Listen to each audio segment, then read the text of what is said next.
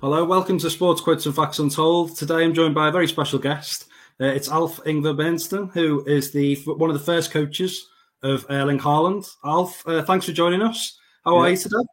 Yeah, very good, and thank for bringing me on. So we'll just go back to the very start of when you first saw Erling. You were a youth coach at FK Brune in Norway. What was it that first stood out about Erling when you first saw him as a youngster? He was quite similar then than he is now. In fact, he was the same. He hasn't changed really in all the years, but he's stronger and have more muscle now. But apart from that, he's quite the same boy. And as you say, he's the same boy. Fans in England have seen him score lots of goals. And I believe that when you first saw him when he was 6, he actually scored 2 goals in the first game you saw. Yes, but I didn't begin to coach him before he was 8. So I coached him from he was 8 to 15, 16.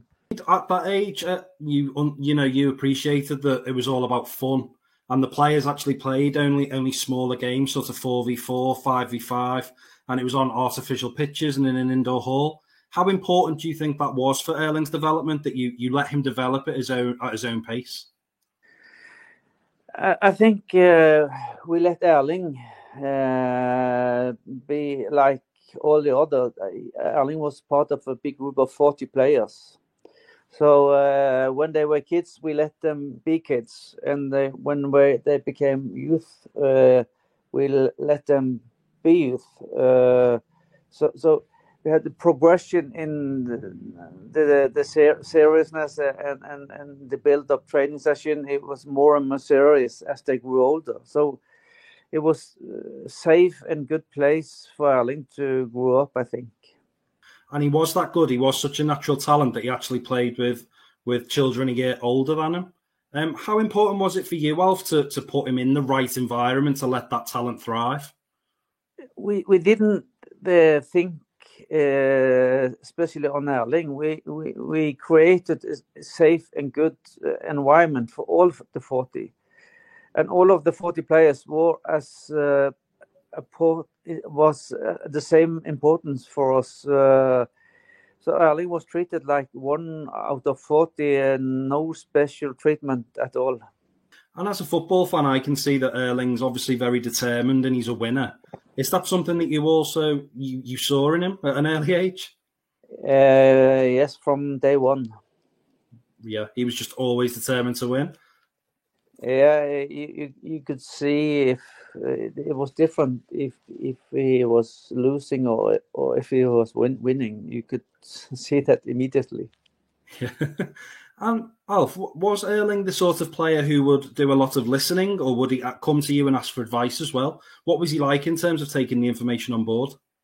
We didn't use that much time to talk to the players. We let them play and develop on their own. Of course, we had good training sessions, but the most important was the playing time: 3 against 3, 4 against 4, and then they can develop on their own with in friendly atmosphere, and they had to learn movements. For Erling, how to move in the box. So he learned that on the pitch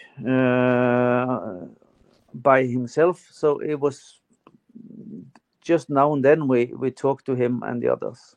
And obviously his goal scoring is his key strength. But what were the other aspects of his game that really stood out when he first came through the ranks? His smartness and determination. So he has he really love football and has always done that. Yeah. So even now I see he enjoys to play football. So to have fun, to do something that you really like, and to do it with friends. That what Erling was part of a big group that enjoyed that.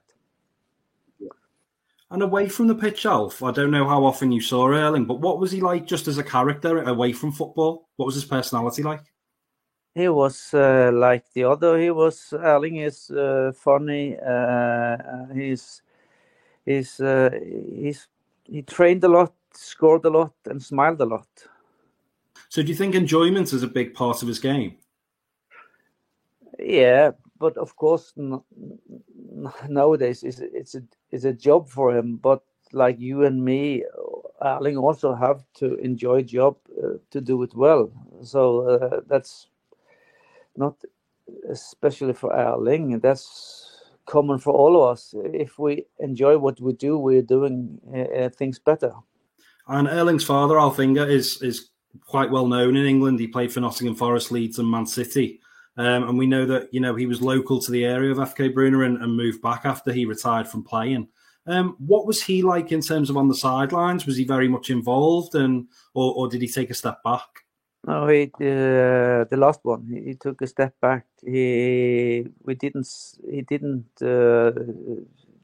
attend training session for never. He let Erling grow on his own. But he always attended matches, but never training session. But as Erling grew older, and you saw that something special was in the making, his father became more and more important because he could prepare Erling for what's coming when they move to another country, another club. So his Alfie became more and more important. And beyond his father as well, Erling's great uncle is one of FK Brunner's great players, I understand. It's Gabriel Høyland. Gabriel Høyland is his granduncle. That's Bryne FK's biggest legend. All right, and that's Erling's great uncle. Yes. Yeah, Gabriel Høyland. He's in fact a really big Burnley supporter. Really? Oh, really? Yes. Oh, really? Do you know what the link is? No, he has followed them since early 70s. Right. So he's traveled there twice a year for all the years. So it could be that when Erling is a little older, he may play for Burnley, maybe? you never know, you never know. Then his granduncle will be very happy. Yeah. And can you recall some of the best goals you saw Erling score? Was the one where he scored and you just thought unbelievable? Oh, it's difficult to say because you can imagine if I scored 50 in Premier League and Champions League, you can imagine what he scored earlier. So it's I've seen the most of the goals he scored nowadays. Seen it before in a way. I believe, Alf, that you handed Erling his debut at just 15 in the Norwegian second division. His home debut. He has a debut the game before, but I gave him the first debut on home pitch. And did you know, even though he wasn't 16 yet, you knew he was ready? He wasn't physical ready, but it would become very important place to learn, because if you are especially good, you have something that you're better than all the others. You have to play. Youth have to try to get playing time to develop for the next level. Yeah, definitely. And can you remember his reaction, Alf, in terms of when he was given the news that he would be playing? Can you remember how focused he was or how excited he was? Yeah, Erling was always loved football, but he was not afraid. Erling will never be afraid. That was a special thing with he is more. He's more determined to win than he's not scared at all, and he wasn't that when he was 15 either. Yeah, and when he started to play for the first team, did you notice more and more scouts in attendance? Were people starting to learn about Erling? The scouts wasn't that much at this Bryne FK, but the year before he had begun to play for Norwegian under 15, and also there, of course, he scored a lot of goals. So the scouts are more in the international matches. So many scouts knew about Erling from he was 14, 15. And I know that Erling had a trial with Everton a little later on. Do you think it was important that he actually stayed in Norway for his development? It's never easy to tell when to move on. Should you attend? Erling didn't attend the academy because he was part of a big group out of 40. Would it be better to be academy? Should he gone to Everton? He was FC Copenhagen and so on. So it's not easy to tell what's the best. But I think Erling and his family did the perfect when they did perfect choices when they moved first Molde, then Salzburg and Dortmund, and now City. They have done a really good job in to see what surroundings should Erling develop his football skills. So I think his family and his team had done brilliant job when club choices. Yeah, because that path, I mean, Erling had the talent. He could have gone to a super elite club early on when he was 16, 17, 18. And as you mentioned, he's had the perfect path to just keep developing and keep raising his game higher and higher. Yeah, I think it's quite important to not to be in a B team too long. Erling, when he was 15, 16, he played on the first team at Bryne. And when he moved to Molde at the age of 16 and a half, he didn't play that much the first year. But the second year, he played a lot and scored a lot in the top division in Norway. That means that's the main area for the first team on the club. And when he moved to Salzburg, the first half year on the bench, and then played on the biggest stage, and the same in Dortmund. So I think it was very wise of Erling to select a club where he was get playing time on the first team, and not on a team that nobody really cares about. Definitely. And when he did move to Molde, Alf, do you remember the final conversations and how that move came about? No, I wasn't involved that because his father and the team knows more of this than I do. But he knew, his father knew Ole Gunnar Solskjær before, and Molde is a very big club in Norway, so it's quite a distance from here. So it was tough for him to go when he was just 16 and a half to live on his own. Because at FK Brune, do you think that it's not as intense as an academy? And obviously it's where he lived as well. So do you think Erling was able to just have a relatively normal life as opposed to the extreme pressure I expect that other academy players have? Yeah, but he also had very good teammates in that specific team, because it was 5 of these players who later joined the national teams under 16 and 17. Yep. But he also was friend with like number 38, number 40. So it was he learned to deal with. He learned to not to divide people in. You're a better person if you are good at football, and you are not that good person if you're not so good at football. So we first developed the human and then the football. Right. And in some other places, it might be problem that the football come first and they forget about the human part. Absolutely.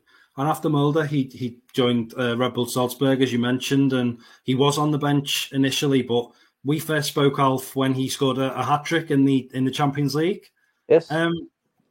Did you expect him to thrive so early in his career? I would expect Erling to score a lot of goals, yes, wherever he wants. But of course, I didn't expect him to become top scorer in Champions League at the age of 20. That's not possible to say. But we could saw from he was 12 that it was something special. So it's not a shock for us that he is doing well, but we didn't expect him to do this good. Yeah. And when he went to Dortmund, Alf, he continued that goal scoring rate. And were you able to watch him in Norway sort of every weekend? Were you able to catch the games? Yes, on television, yes. Yeah. And, he was obviously up against perhaps higher quality opposition in Germany. Did you see his game develop from afar? Yeah, but he still do the same as he did when he was 12, 13, 14 years old. He moves smart in the box. He have good teammates who pass him the ball. So, but the special with Erling that is for each level he is just competed took the next level each time. That's a bit special for him. So, but his playing style is quite similar now than for like 10 years ago. Yeah. And Alf, as a coach for 30 years, in your opinion, how much of, the smart movement in the box that you mentioned, how much of that can be taught and how much is it very much down to players just having a natural ability of knowing where to be? I think you can learn a lot if you train in the right way, because when some say you are born with it. I don't think that Mother Nature have given when you are born, this guy is going to score a lot of goals.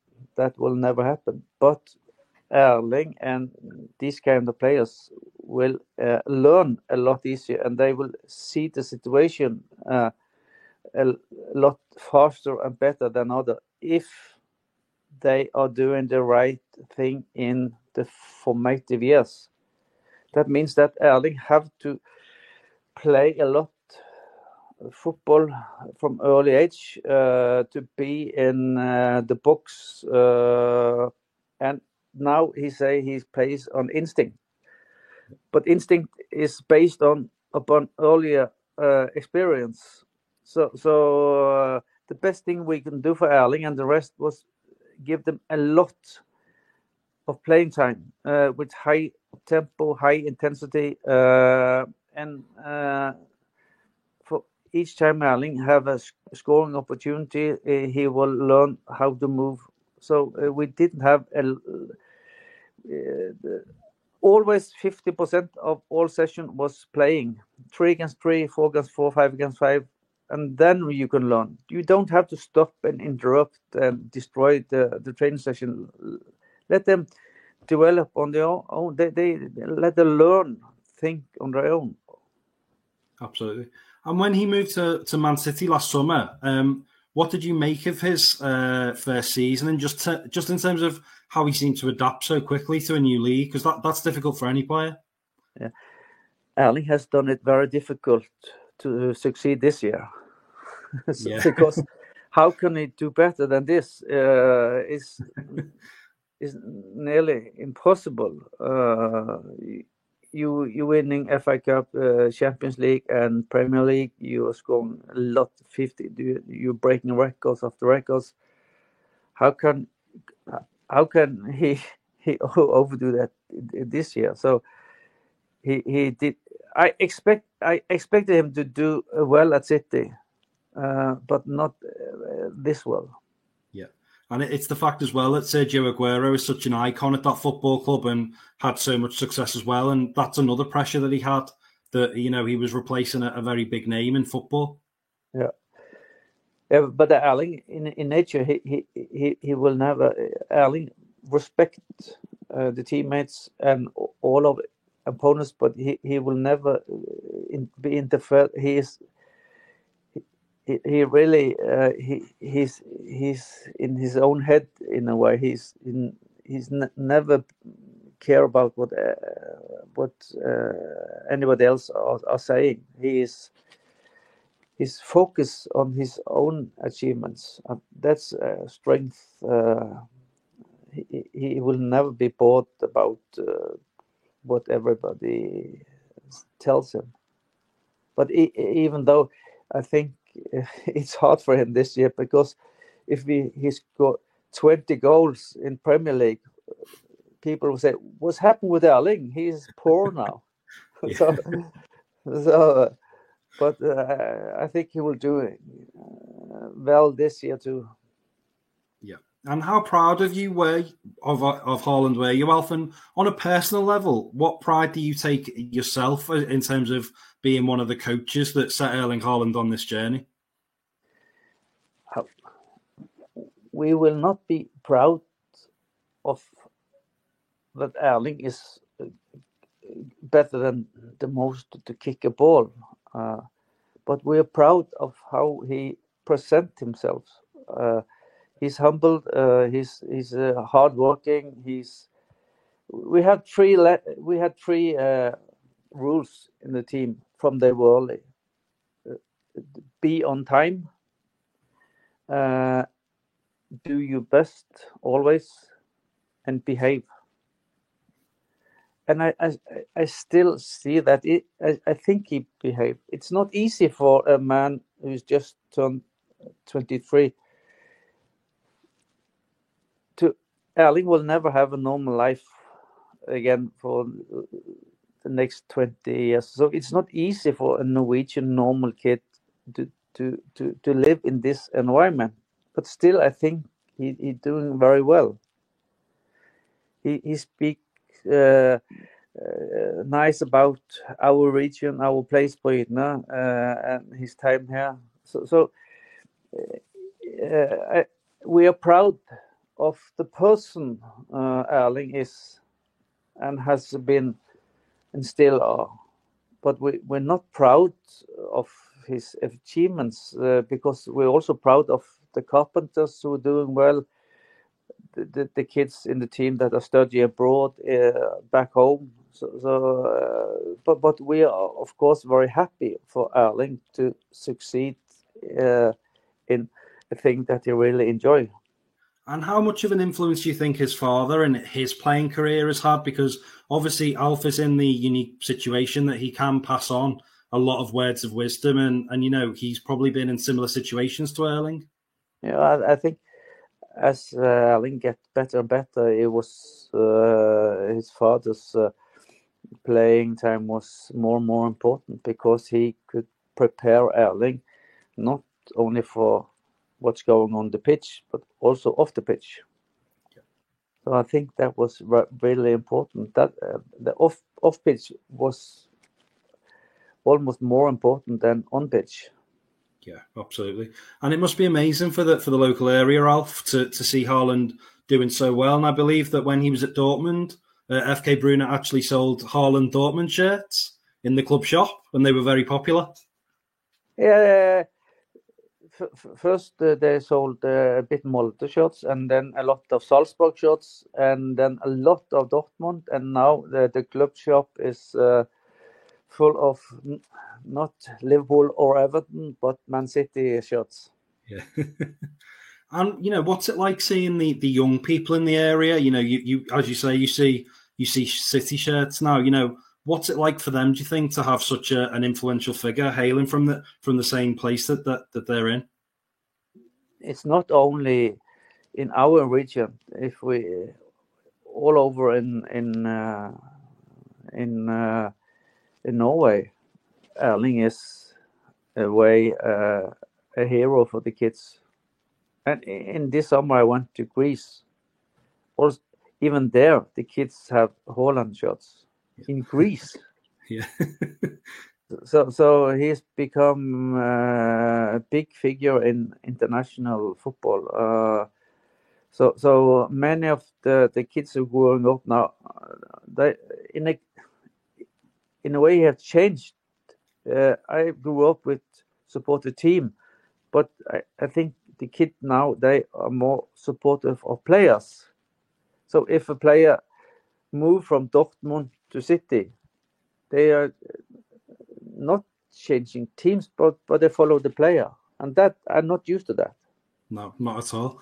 And I saw, Alf, that after his treble-winning success, Erling actually came back to Brune over the summer. Were you able to catch up with him at all?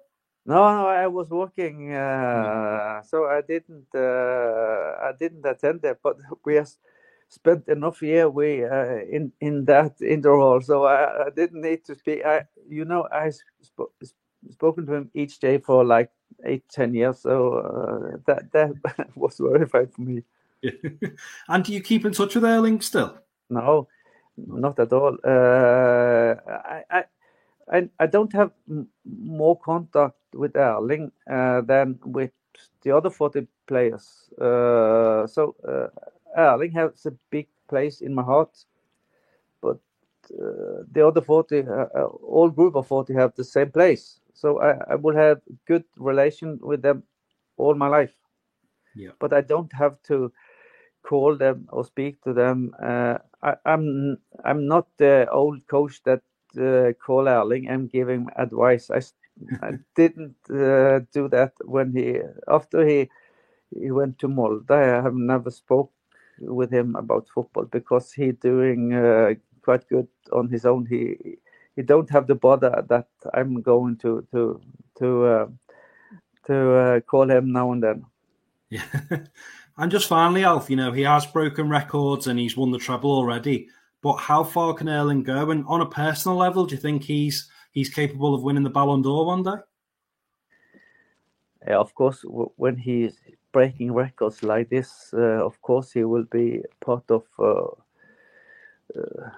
the few people who can win Ballon d'Or. But you never know. He can catch your injury. But if he avoid injury and he will keep enjoying football, I think Erling will still continue to be better and better because he's just 23 years old. So, but he have to enjoy football, and I think the